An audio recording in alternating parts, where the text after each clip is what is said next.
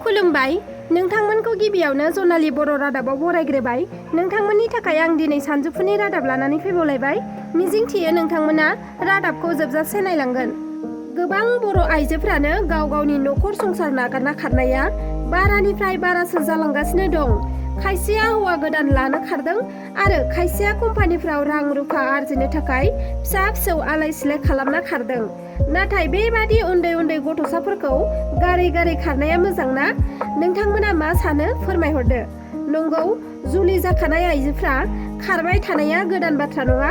थिग बेबादिनो जुलि जाखांनानैबो गावनि फिसाफोरखौ आरो फिसायखौ गारनानै खारदों सासे आइजोआ। बिसमुरि हालामनि थाइगिरगुरि गामिनि बिफा महेन्द्र बसुमतारीनि फिसाजो उषा औवारिया फिसाफोरखौ नागारनानै खारदों। उषा औवारिया पाटगाव आउटपस्टनि सिङाव थानाय दैमुगुरि गामिनि महन्त औवारिजों जुलि जादोंमोन। फिसाय हेमन्तआ फोरमायथिनाय बायदिब्ला 20 डिसेम्बर खालिनो गाव खामानि मावनो ओंखारलांनाय समावनो फुंबिलियाव बिसि उषाया रावबो मिथिस्लाबै न'निफ्राय खारखुमालांदों। उषाया 2 गथ'नि बिमामोन, जेराव 7 बोसोर बैसोनि फिसाजो आरो 2.5 बोसोरनि फिसाज्लाखौ अना खाना आलाय सिलाय मावरिया खालामनानै बहाबा खारखुमाना दं। जुदि बे उषा औवारिखौ सोरबाफोर बहाबाफोर नुसनबायोब्ला 9365286727 मबाइल नाम्बाराव खौरां हरनो थाखाय फिसाय हेमन्तआ खावलायहरदों। बेटारि रिक्सा सालायनायनि हेंथा सरकारा जि राहा लादों बेखौ बोखांनानै लाफिनाब्ला बेटारि रिक्सा सालायग्रा गौथुमनि गासैबो सोद्रोमाफोरा BPF दोलोआव जयेन जागोन। बे हुमखिखौ होदों बेटारि सालायग्रा गौथुमा। फोरमायथिनो गोनांदि बेटारि रिक्सा सालायनायनि सायाव क'क्राझार जिल्लाया माखासे नेमखान्थि फोसावदोंमोन। बेखौ लानानै थाद'नाय गैयै खुद्रिसारदों बेटारि रिक्सा सालायग्रा गौथुमा। माहारियारि राजा लामायाव बेटारि रिक्सा सालायनायखौ हेंथा होनायनि अनगायैबो माखासे हेंथाफोर फोसावदों। बेखौ लानानै खुद्रिखांदों सोद्रोमाफोरा आरो सरकारा फोसावनाय बे नेमखान्थिखौ जानुवारि दानावनो बोखांनानै लाफिनाब्ला क'क्राझार बेटारि रिक्सा सालायगिरि गौथुमा BPF दोलोआव हाबगोन होननानै रोखायै बुंथिदों। बिनि अनगायैबो गासै आसामनिनो बेटारि रिक्सा सालायग्रा गौथुमाबो BJPआव थायालासे गुबुन दोलो जेरै कंग्रेस दोलोआवबो थानो हागौ होननानै बुंथियो बिथांमोनहा।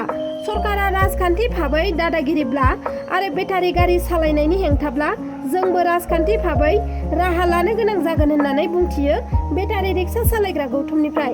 आरो फैगौ लकसभा बिसायख'थिनि सिगां BJP दोलोआव थायालासे गुबुन राजखान्थि दोलोआव थांनो हागौ होननानैबो बुंथियो बिथांमोनहा। लोगोसे बुंथिबावोदि आसाम सरकार आरो BTR सरकारा रायजो राजाफोरनो राहा होनो हायाब्ला फिसा खामानि मावनानै जाग्राखौ हेंथा होनो नाङामोन। मानोना गोबां बेटारि रिक्सा सालायग्राफोरानो दुखुथिया न'खरनि। सोरबा मोसौ फाननानै बेटारि रिक्सा बायदों, जायनि किस्तियाबो जागासिनो दं आरो खायफा NDFBआव थांनानै गासैबो हा हु फानजोबनांदों आरो खायफाया आथिं लेंग्रा, जायनि थाखाय हाजिरा खामला मावनानै जानो हाया। बिथांमोनहा बेटारि रिक्सा सालायनानै गरसे गरनै रां आरजिनानै न'खरखौ सालायो। बेखौनो जुदि मेगन सायोब्ला हेंथा होयोब्ला बेबादि सरकारखौ नाङा होननानैबो बुंथियो बिथांमोनहा।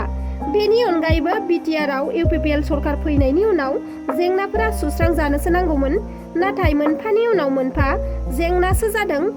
अब्ला बेबादि सरकारखौ जोंनो नाङा होननानै खुद्रिदों बेटारि रिक्सा सालायग्रा गौथुमनिफ्राय। ड्राग्स फालांगिरि सासे आइजो आरो सासे हौवा सुबुंखौ रायजोफ्रा हमनो हादों। मुसबिना बेगम मुंनि सासे आइजोआ फुलबारि ओनसोलाव ड्राग्स फाननो फैना हमजाबाय रायजोफोरनि आखायाव। फोरमायथिनाय बायदिब्ला गोबाव समनिफ्रायनो नाम्बार प्लेट गैयै बाइकजों मुसबिना बेगम मुंनि सासे आइजोआ ड्राग्स फानखुमा फैबाय थायोमोन। बिथांजोजों लोगोसे सासे हौवाखौबो रायजोआ हमदों। गोबां स्पिडजों बाइकखौ सालायनायनि जाहोनाव बिसोर सानैखौ सन्देह जाना रायजोआ सिग्रोमदोंमोन। बेयावनो मुसबिना बेगमनि बेगनिफ्राय ड्राग्सनि कन्टेनारफोरखौ हमनो हायो। लोगोनो दुथां सानैखौबो रायजो राजाफ्रा आखाइ खानानै पुलिसनि आखायाव गथायनानै होयो आरो पुलिस प्रसासना सानैखौबो थानासिम लाना थाङो। जाय लाइमोनफोरा गोलाव समनिफ्रायनो साख्रि मावनो होनना सानना दंमोन, नोंथांमोननि थाखाय मोजां खौरां फोसावना होदों BTR सरकारा।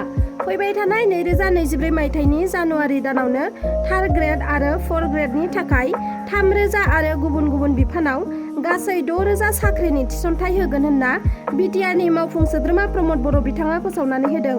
3rd ग्रेड आरो 4th ग्रेडनि साख्रिनि थाखाय थिसनथाइ होनो होनना बिजनीयाव जानाय मोनसे मेलाव बाहागो लानानै बे गिदिर थांखिखौ फोसावनानै होदों प्रमद बर' बिथाङा।